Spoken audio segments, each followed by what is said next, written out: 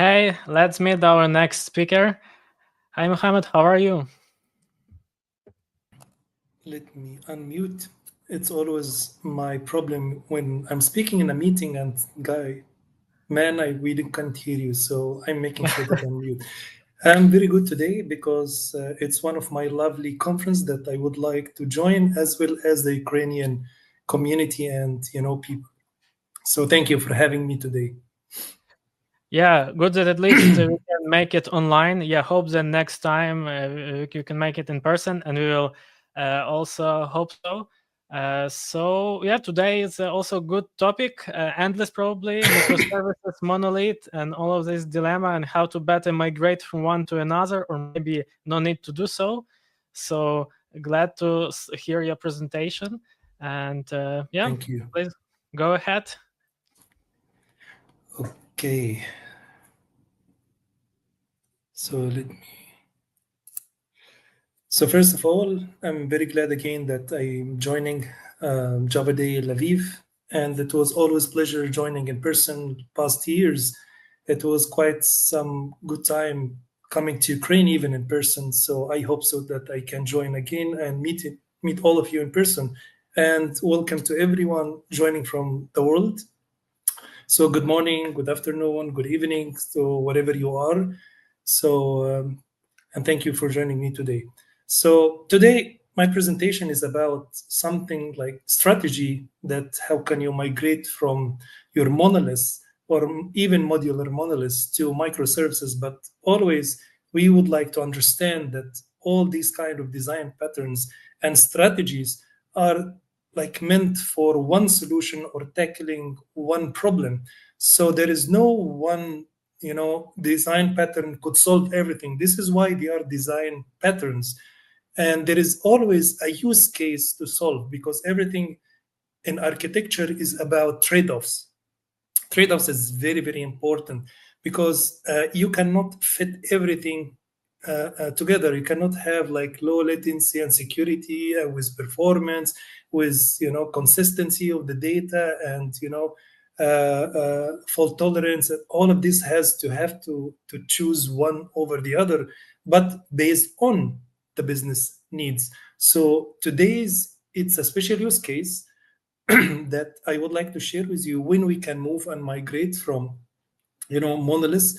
Not always it's the case, and you can be like from I have some applications in my company that I migrated sometimes from monoliths to modular monoliths, even not full microservices, but sometimes we need a full scale microservices, but it comes with a cost, as we will see.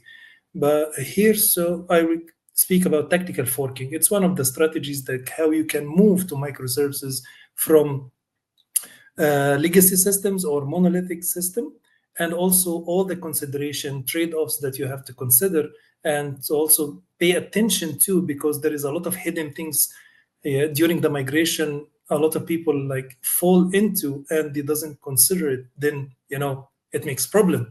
So just to give you a short description here, like tactical forking is a strategy for implementing microservices that enhance your software development strategy and allow your software and your team to grow. Software and team. It enables you for sure deliver new features immediately using multiple teams and with control transitions to microservices based architecture. So you don't have to go in one shot. You can take it gradually, and I will explain to you how. Excuse me, my voice.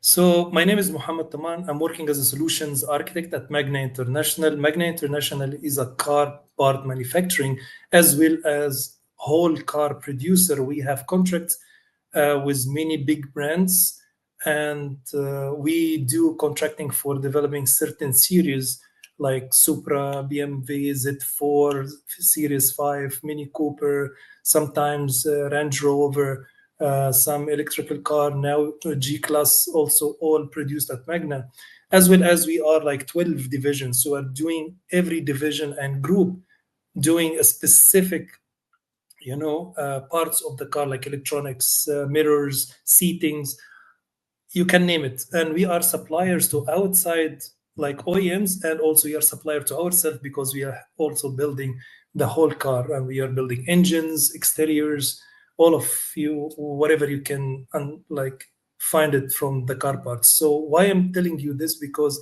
it's very challenging. We are siloed IT. We are not like centralized. We are decentralized. We have different teams, different technologies, different use cases, business domains.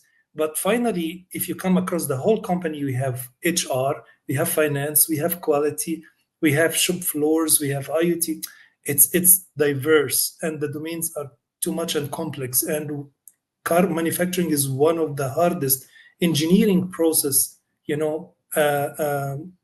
industry. So it's every single second and minute counts. So we have to be fast, very secure, reliable, as well as quality is very, very, very important. And insights about the data and, all of this. So this is why we need to consider how we are designing our software. Additionally, I'm a Java champion, so I love Java. I speak Java. I drink Java too, like now. So I can continue speaking. So I'm excited to show you how to use really tactical forking as a software development strategy and give you a realistic view of the possible challenges that you might have, so you have taken under consideration. So let's get started with this presentation. Are you ready? Me too. So what we're going to speak about today, or what we're going to explore, first of all, we need to understand when and why we need modularity, architecture modularity, why we are developing toward modularity. Then we will speak like, what is tactical forking? We need to understand what is tactical forking. Then if I choose it as a strategy, how can I start adopting it, this strategy? After this, how to adopt this tactical forking,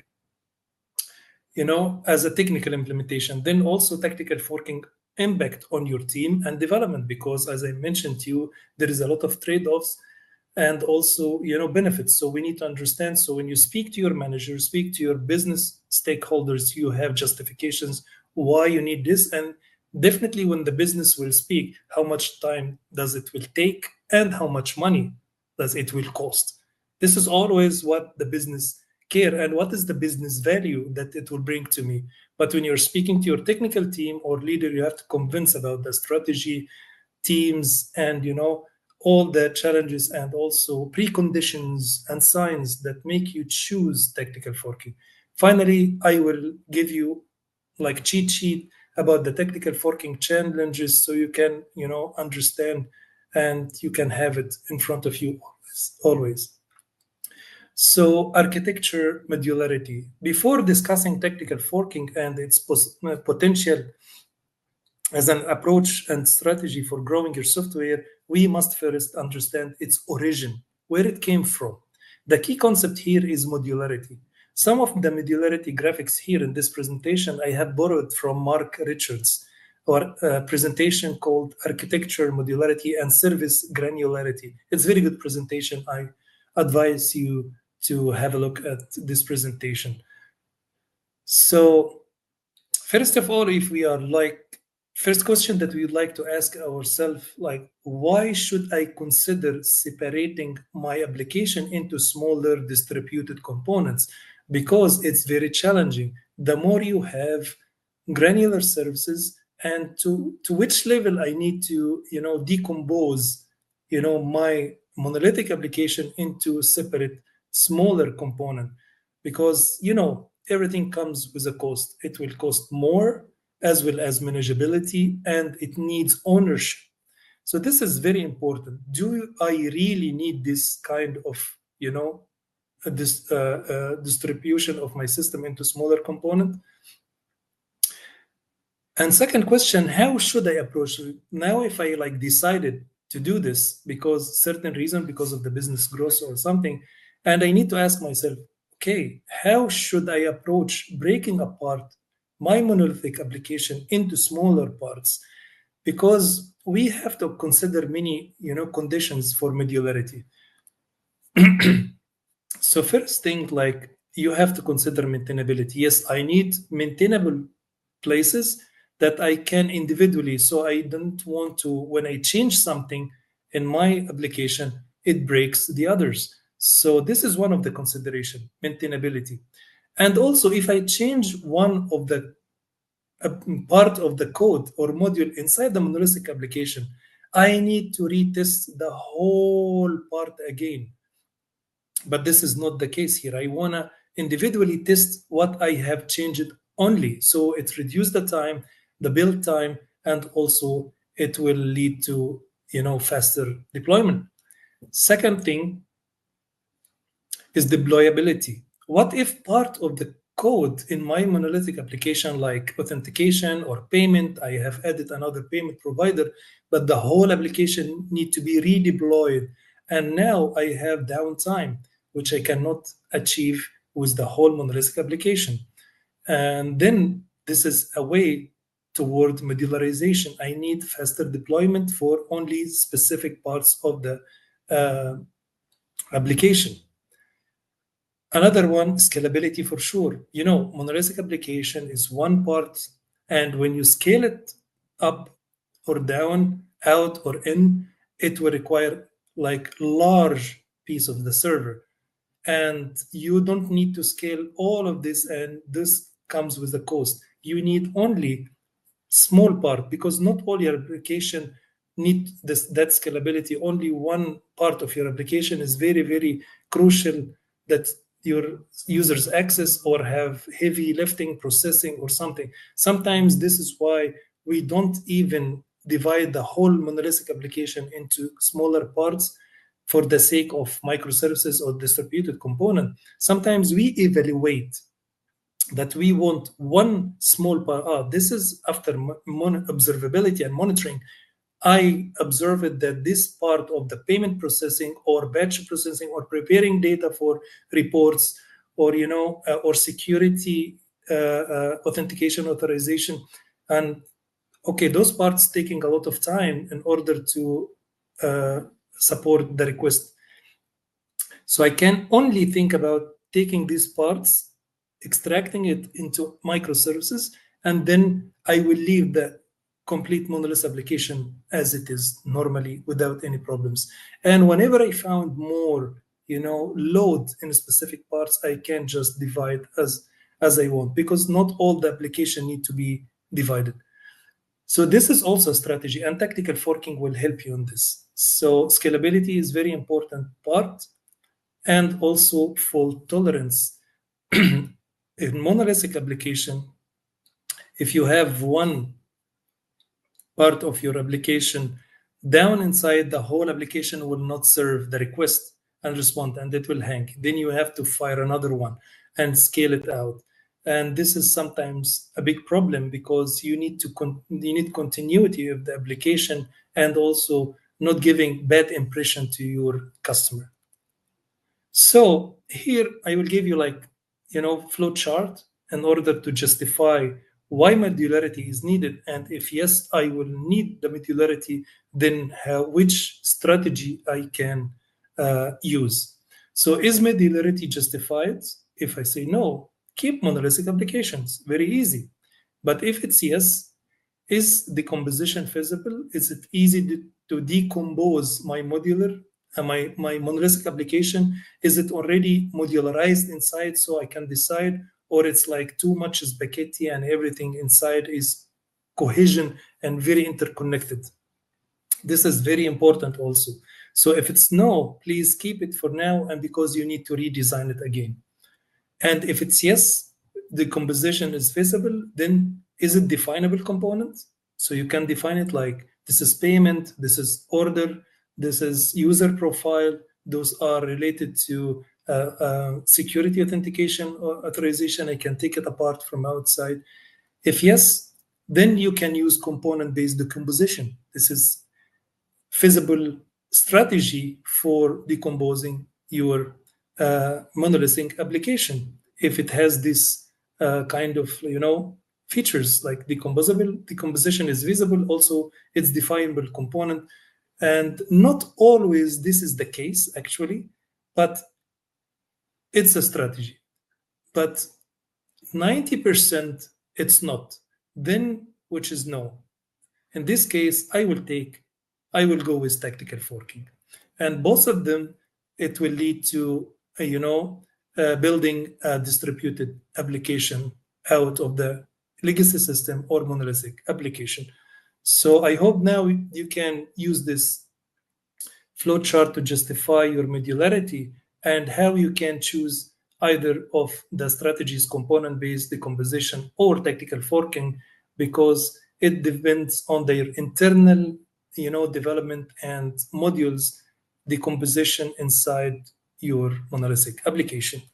So we have chosen tactical forking because those are the most cases with the legacy system. So let's see how we can move forward. So what is tactical forking? To explain what is tactical forking is and how it can be used as an approach and strategy for growing your software, we must first look at the situations where tactical forking becomes an option. And this is very important for us. This is where I fill out the ADR, which is architecture decision record. Why I have chosen this, what is the use case, what is the trade-offs, and what other strategies could be used, but this is the best one of them. So when someone asked me, I directed him to the ADR, why I have choose this strategy, and it would justify everything for him or for the team, or when they ask why. So to illustrate, this, I will consider that, we are developing web applications, mobile, applications, and we have typical backend. So we will consider like typical software architecture. There is a backend, software and some front-end application, either separate applications or like mobile application, or served by any like interface served by the backend. As your software architecture becomes more successful as a product, you start adding more features. So this backend system, which contain all your business logic and the app's functionality, becomes increasingly large. This type of extensive, organically grown application is sometimes referred as a monolithic application. With this continued growth, we usually start experiencing challenges associated with monolithic applications. One of the first signs that we need a new approach and the strategy is when we change our application in one place. For example, some functionality for our mobile application, for sure, and accidentally can break other functions, for example, related to our web application. In addition to this, unreliability, another indicator for the new approach might be that it can become quite challenging when we start growing our team alongside our software. So all of them are going to develop in the same, code base. And this is very challenging because each, there is intertwined, modules. So we find that because we share the same code between multiple teams, the team cannot work autonomously and waste much time ensuring the changes are communicated correctly. And we are all facing this problem. And even then, the odd issues and odd bugs might slip through because we are all changing the same code simultaneously. So this is the second sign of the problem here. The obvious strategy change in this situation when we are dealing with this sizable monolithic application that's being worked on by multiple teams is to start breaking up, the application code into something like microservices so that each team has part of the code that relates to their area, to their business domain.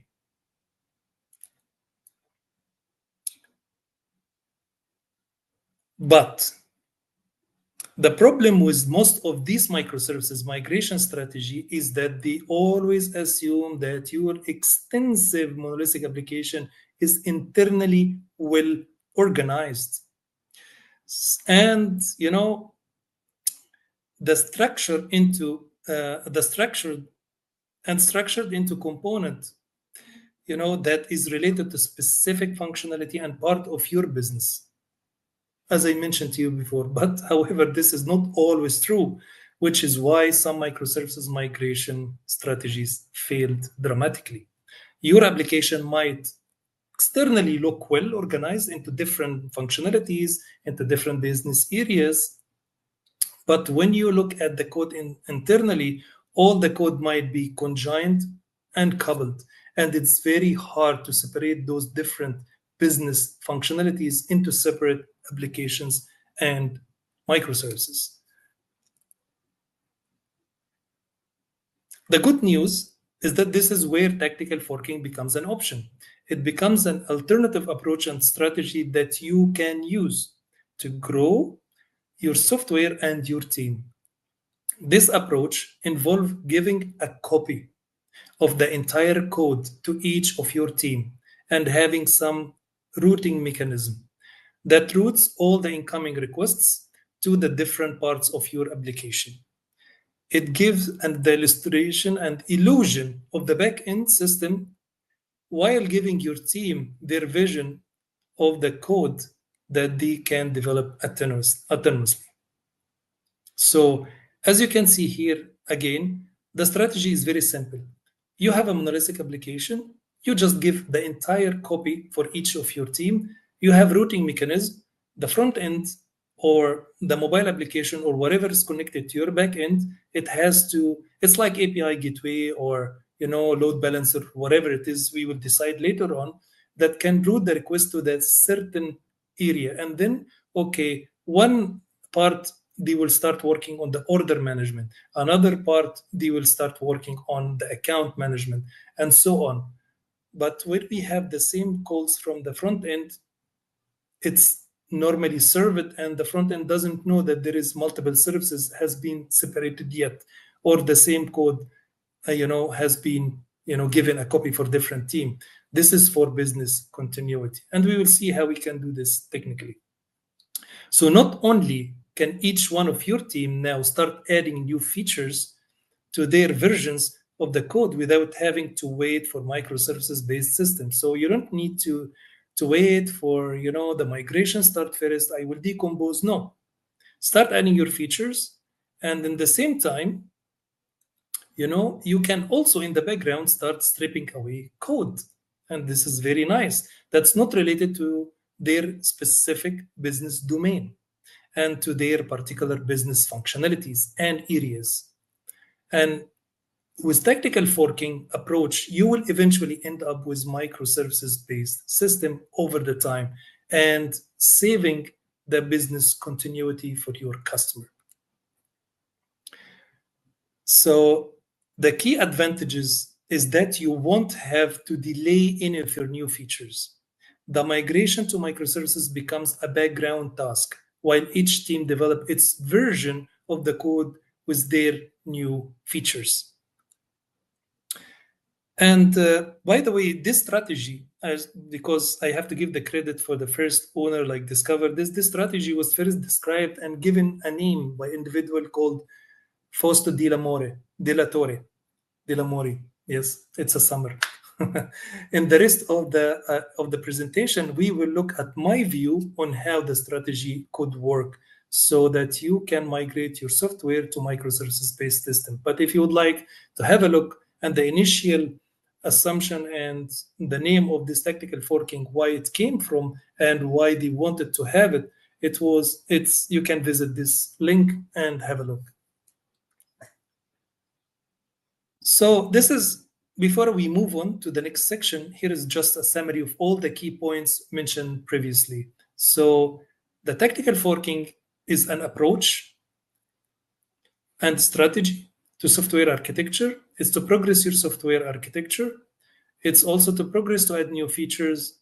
It's to give a progress to your team for the purpose of eventually having microservices and immediately support development by multiple teams, because our business is growing. When to adopt tactical forking? Now we have understood. In the previous section, as I mentioned, I introduced tactical forking and briefly outlined the situations in which it becomes very important option. Because And before considering this option, by the way, we should highlight the specific scenarios, which is the business case, in which tactical forking will be helpful. I will do this by providing a clear criteria that will help you assess its suitability. Let's start. Again, let's have our architectures. The first question from this criteria you need to ask is, do you need a modular software architecture like microservices based? And we have visited this in the initial architecture modularity concept in the of this presentation. So this is the first question. Do you really need it? A modular software architecture? This modularity, if yes, so this modularity allow you to change and upgrade a different business area within your software separately. This separation will ensure then the overall reliability of your system. Basically, changing one component, here is the crucial part. Changing one microservices won't break other part of your software architecture as it was the case before. Another reason for implementing this kind of modularity and separation may be to enable multiple teams to speed up the development, adding new feature to your business, to work independently on growing and enhancing different areas within your software with minimal friction.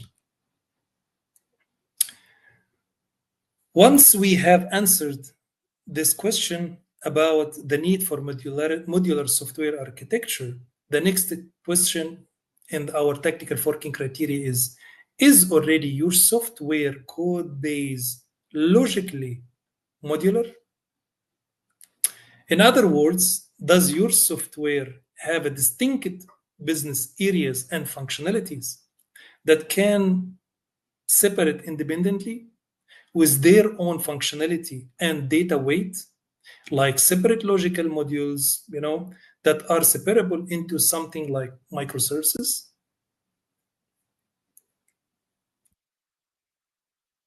This question is very crucial because you can easily have the impression of, as I mentioned to you before, of a separate areas within your software. Still, they all work together to provide data and functionality.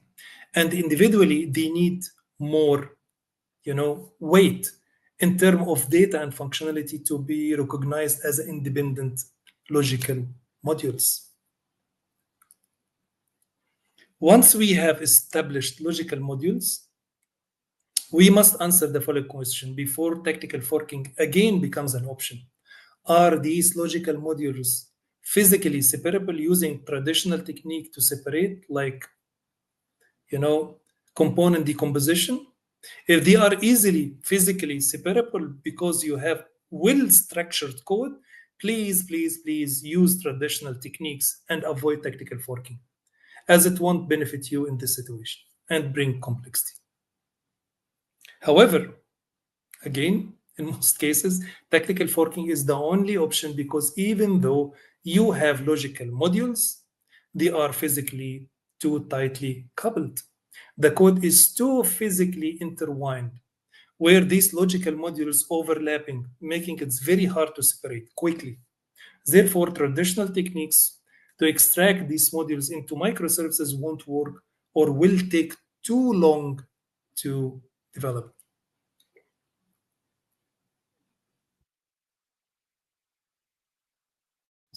So before we move on, again, in the summary of this section, when to adopt tactical forking, I have summarized all the questions here in a simple cheat sheet for you so that you can ask yourselves the same questions to determine when to adopt tactical forking. If you answer yes to all these questions, for your software project, tactical forking might be a visible and viable strategy to grow your software and your team. In the next section, we will examine how practically adopt tactical forking as a strategy for these questions, for this purpose. If you have any questions, I would love to take it at the end so I can answer all of it. So I hope that everything is clear until now, and I will move to the next section, how to adopt tactical forking in a practical way. let's get back to our lovely software architecture. All right. Again, so by now you know what is tactical forking is and when it becomes a viable option. The next question is, how do we or you practically adopt this approach? The first step is to evaluate what you need. Would you need to copy your clone so that another team have a complete copy of the software architecture that they can independently grow and own? So what do they need actually? Do they need a copy of the backend API, the backend database only, or do they need, a copy of the entire front-end application, the backend API, and the database? It's very crucial to decide. In your average scenarios, actually, you will need only a clone of the backend API and its database, as they contain all the data and functionality. For example, all the business logic and the main things we want to grow and enhance. Usually, the front-end application is only thin layer, and therefore, in this example, we will only focus on the backend API and the database migration. So before we physically clone anything, the next step is to identify the different business areas within your software as the logical modules, which we will discuss. We have discussed in the previous section. And this is very important to identify for which team we will have ownership. After doing this, now we are ready to clone. Depending on what areas you will work on and how many additional teams you have, we create a copy of the backend API and its database for each of these business area into your source control system. And by the way, while talking about cloning stuff in source control, tactical forking is known as a tactical forking because it borrows the forking aspect of its name from the source control terminology. As I know that you might guessed it before. In the source code control terminology, as you know, forking means creating a copy of the whole code base as a separate branch that can be worked on independently. So the same idea came from here. And it's now only, and by the way, it's not only the code you need to copy in the source code control for each team and each business area. But you have to be careful. You also need to create a copy of the entire deployment pipeline for each new cloned version of the code so that each team can work and deploy changes independently without affecting each other. So each team needs to have its code in the source control and its build server configuration to build its version of the code independently. They also need their deployment servers configuration to independently deploy and release their code versions. Ideally, they also need their development and test environment to independently verify their changes in terms of upgrades and fixes. Once we have tactically forked our code and deployment pipeline into business domains, very important part, we then need to ensure that we have a clear ownership. Who will own this business service or microservices? One team could, own one business, one microservice or multiple microservices, but it's very important to be or to have a clear ownership. What development team owns what business domain? Our teams can work independently because they have their own code and deployment pipeline. And when they need to work together, there is a clear ownership and no confusion around who they need to work with.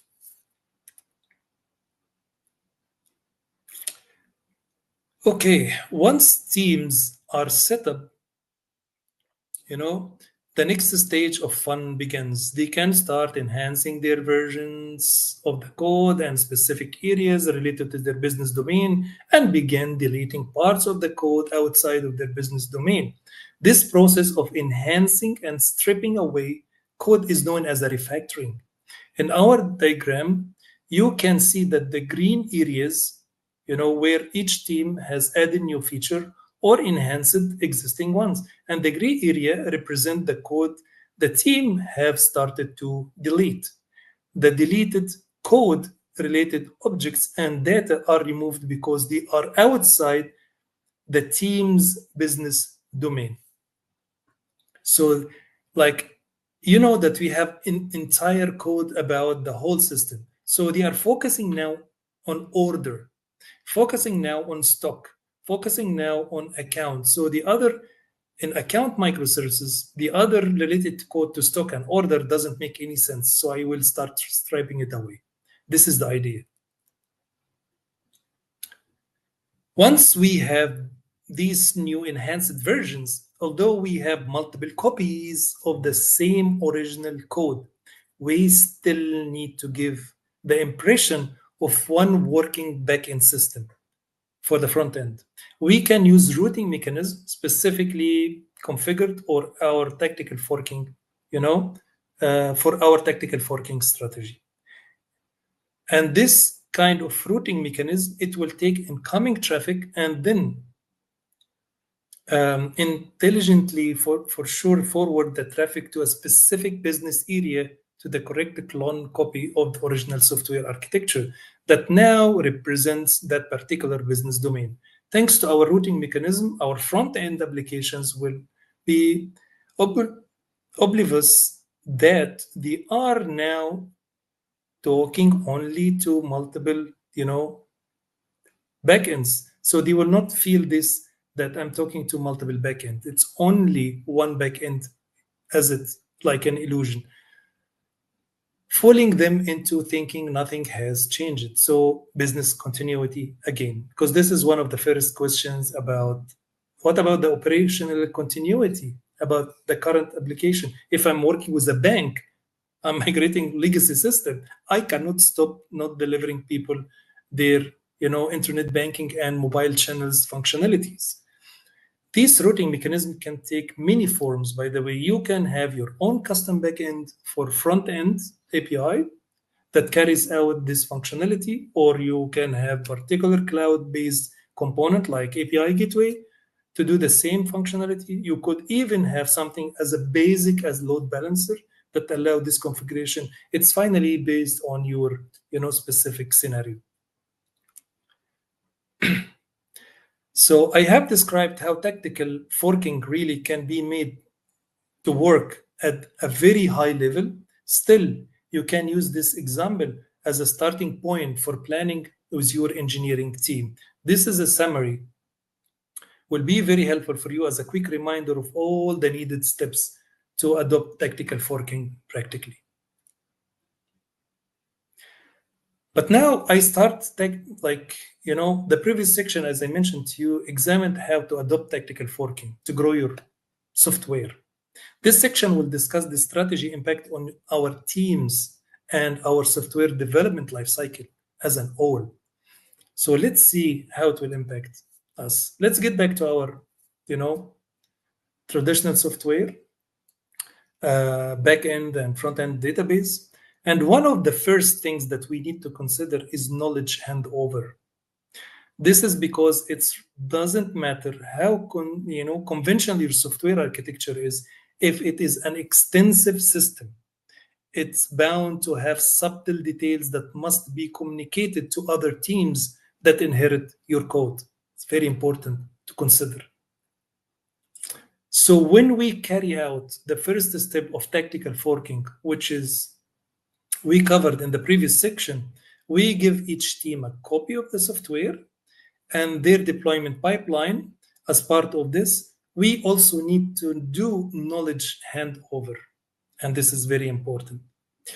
Your application is very extensive, has many configurations and subtle details about how it works and how the data works together. When we copy the code and give it to another team, you will also need to hand over all this knowledge as a part of the handover. And this can take really time. So although I have said tactical forking is an excellent way of getting your team to enhance your software quickly, That's still true, by the way. But still, the greater your application's configuration and data complexity, the longer it will take to new team inheriting your code to get started due to this knowledge handover. But you cannot not consider it into your, strategy. The other impact of tactical forking that needs to be considered is the impact on resources. You will need more resources to support all the extra clone software architecture as extra deployment pipelines. These are data centers resources like infrastructure, hardware, software on cloud or on premise. You will also need extra engineers to support all these growth. So although tactical forking again is a quick way to grow your software, in addition to setting up time, you will also need extra funding for extra resources that you will need to do the job. So here, funding, so be careful when you do cost estimation for all these kind of resources in order to give a correct answer to your stakeholders so they know the budget. It's not only about the software. Another impact of the tactical forking strategy that we need to think about is the impact of the missing data and dependencies, because they were tightly together, so everything is fine. But when we start striping, there is common configuration, common libraries, common loggings, things like this. And all of this we have to consider because it should be shared among all of this, this is another point. So as the team take their copies of the code and start enhancing their business domains and deleting code and outside their business domains, there will be scenarios where the data overlaps.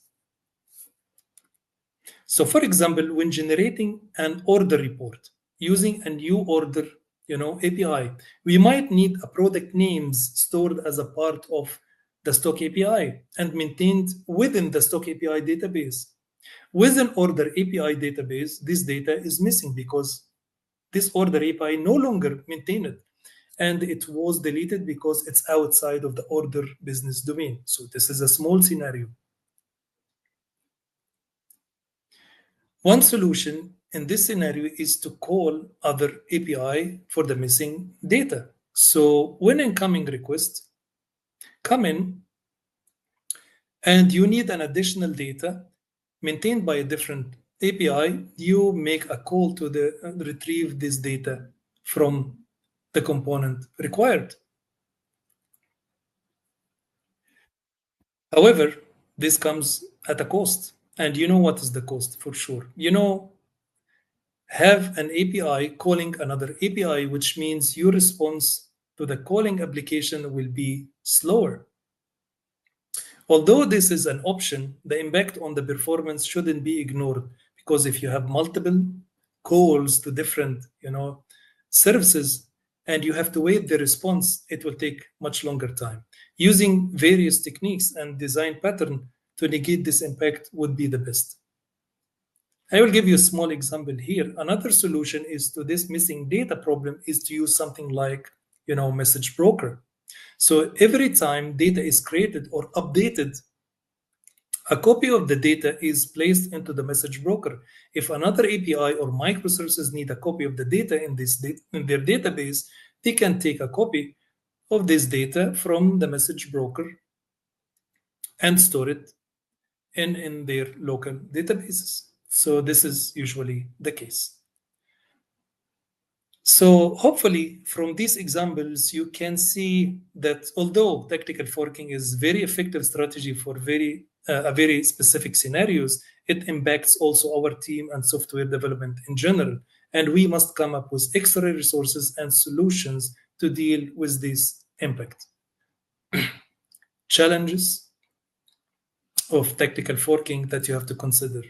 So in this section, we will look at some of the challenges I have met and the disadvantages of adopting tactical forking that you need to overcome and provide solution for it. But I will tell you how we can solve these problems as well and how we did it to grow your software. So again, the first issue concerned code quality, as I told you. As a part of the strategy, we stripe away some of the existing code to create a new APIs. New smaller microservices specific to business domain. The problem with this approach, especially if you are coming from legacy applications, is that you keep much of the legacy code inside the microservices itself. So regarding code quality, your new microservices will be only as good as the old monolithic backend API and the backend database. So if you previously had a poor coding and database standards, for sure you would inherit many of these poor standards into your new microservices. However, you can tidy up the code and improve the design by adding new features, but with deadlines for new features, we all know these ambitions sometimes need to be materialized. So technical debt and adding to the backlog of enhancement and refactoring should be added to be considered a new sprint. Another challenging associated with tactical forking is centralizing shared component that I told you. Even though each team has its code and deleted code outside of its business domain, common code and files must be still shared between teams to avoid duplication. And to avoid duplication, this common code and set of common files must be extracted, centralized, and shared between the teams as maintained centralized component libraries or packages. A team will need to be assigned to the extracted and centralized this code. The team must also managing this code long-term as a centralized component with its all deployment pipeline. Again, the challenges here obviously comes from helping the team coordinate the effort to identify, extract, and centralize this component so that they can be used by all the teams. Previously in this presentation, we also highlight the impact of local missing data that has been separated into a separate business domain, for example, separate microservices. We gave an example of the order API needing product names.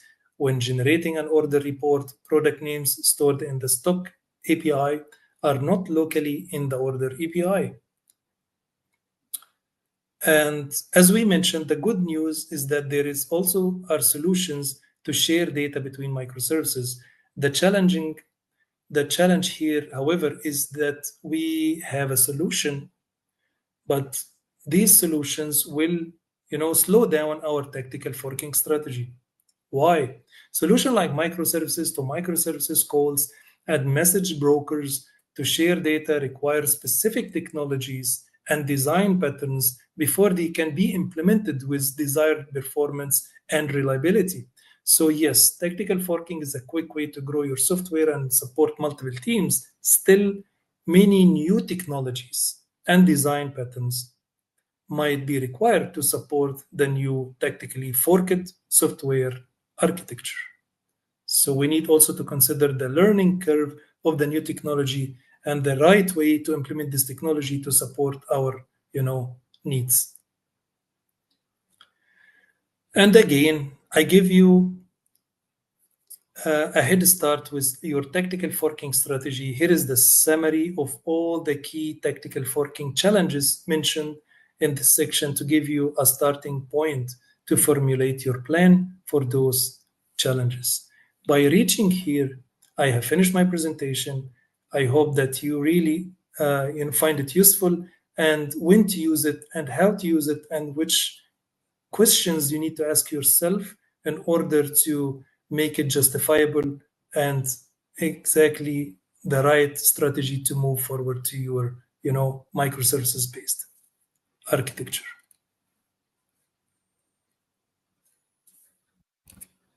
Now it's time for any questions. Yeah, we have some questions, but first of all, thanks about insightful talk with a lot of insight and techniques how we can fill this path between microservices and monolith, like not only pros and cons of each other, but also how to move forward architecture. Yeah, pretty nice and really interesting, and many good techniques. And Thank yeah, you. I'll try to read question by question. We have few. Let's start. I also have just some messages. Like, this is interesting because it's not about stopping and rewriting. It's about evolving and keep building product. Yeah. And next we have question from Andrei Ostapko. It's a bit long question, divided by two parts. Many organizations adopt microservices for flexibility, but end up creating distributed monoliths instead. In your view, what concrete architectural and process level decisions most critically distinguish a true microservices evolution from just a fragmented deployment of services? And how do you enforce those boundaries at scale without falling into chaos of over-engineering? Pretty complex Yes, question. it's very good question and involve a lot of things because we can summarize that we start by domain-driven design. Because with domain-driven design, you will identify really the domains need to be striped away.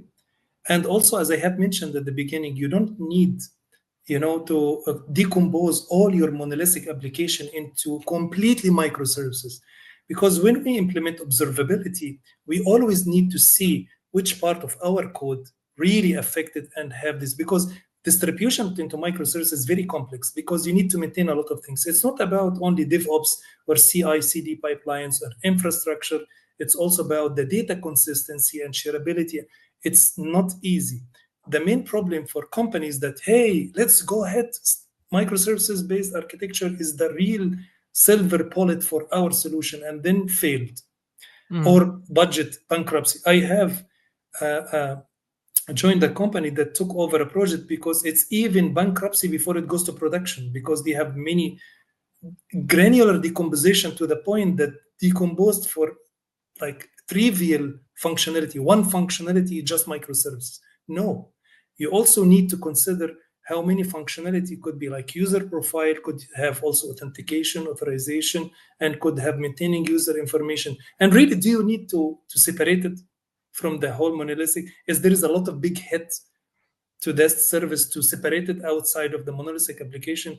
It's a lot of consideration. But first of all, when you design for, study the system, see the most affected part, of the system, and start striping those away as you are moving to modular monolith.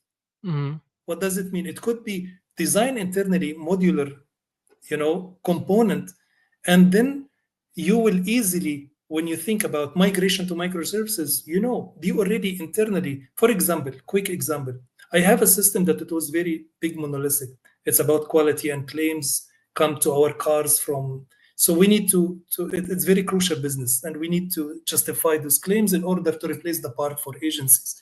But it's for business continuity, and it was very legacy system. What we did first, we work it as a modular monolith. We divided internally the code into modules, complete separate modules, but still inside one application.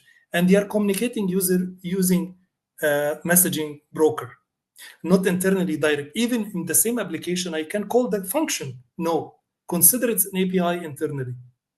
And when we start make observation, we start to find, the claim processing and escalation takes a lot of time because it's hit the database, it's need to do an AI. Let's separate this to microservices. I still have 4 other components inside the monolith, but 2 other components extracted outside, and they could be deployed and scale out independently. But the only left out 3 components or 4 components inside the monolithic application, they doesn't need to scale. They're only running on the configured, CPUs and memory, and they are working nice, no problem. But if something happen more, I will easily fork it outside. So you have to balance, between like completely move or only you move part of the application because of the cost. Also, it's very important, and time to business. So it's domain-driven design was helping in this to make the decision, enforce, and this is the granularity of the service to cover. Yeah, thank you. And don't do a very granular design. Don't go for this, because the understanding of the microservices, it should do one function. No, it should do one related functions to the domain. That's it. Yeah, that's a good example. Good example. Yeah, how to do it properly. Thank you. And also this Andreas Stopko. Yeah, thank you for the answer. You liked your answer. I think it's pretty comprehensive answer. Yeah, and detailed. Thank you. And we have Pleasure. two more questions. Question from Dmitro Malyon. What team anti-patterns can sabotage tactical forking strategy before it even starts? But teams and anti-pattern sabotage forking strategy.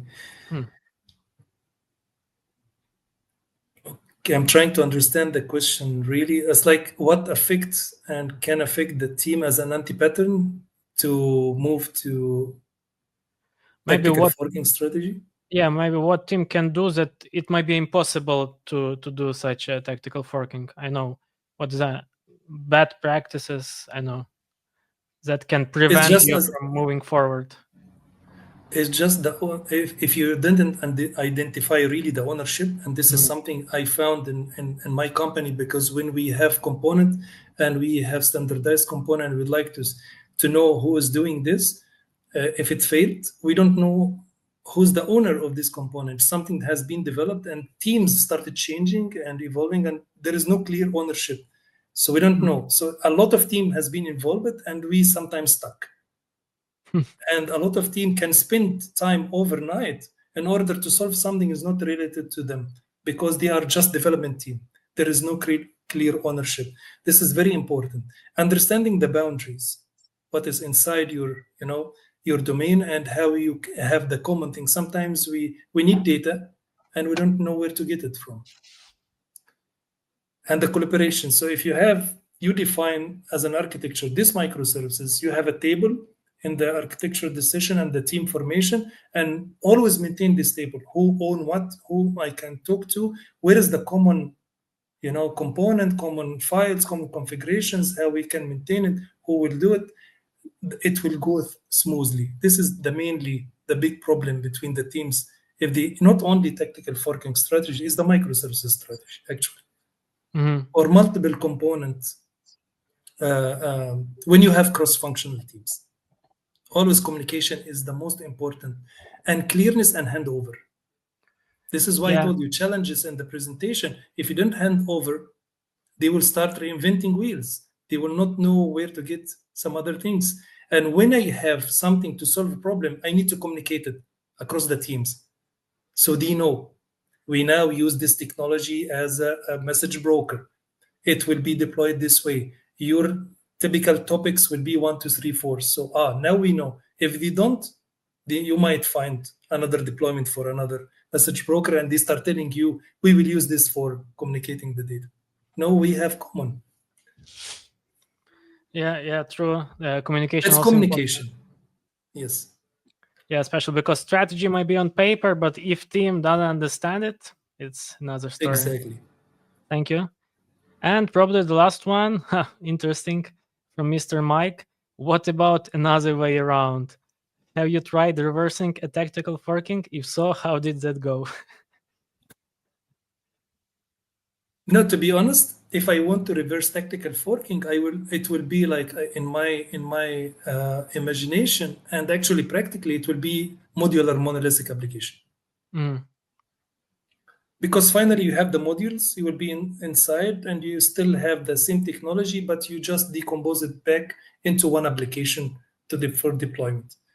But it's like just bring it into one box. But they are separate, because it was if you have lost teams, you don't have a lot of the team. It might come from the question, yes, I'm now trying to imagine what is the cases that I need to downgrade the system, because 2 teams maintaining like 14 microservices, it's too much. I lay over people now. For example, in our technology area, there is a lot of layoffs happening and the team will be reduced. No, let's reduce the complexity of the application, because I cannot maintain all of this, but they are still modular. Yeah, thank you. This was the last question, I believe. Yeah.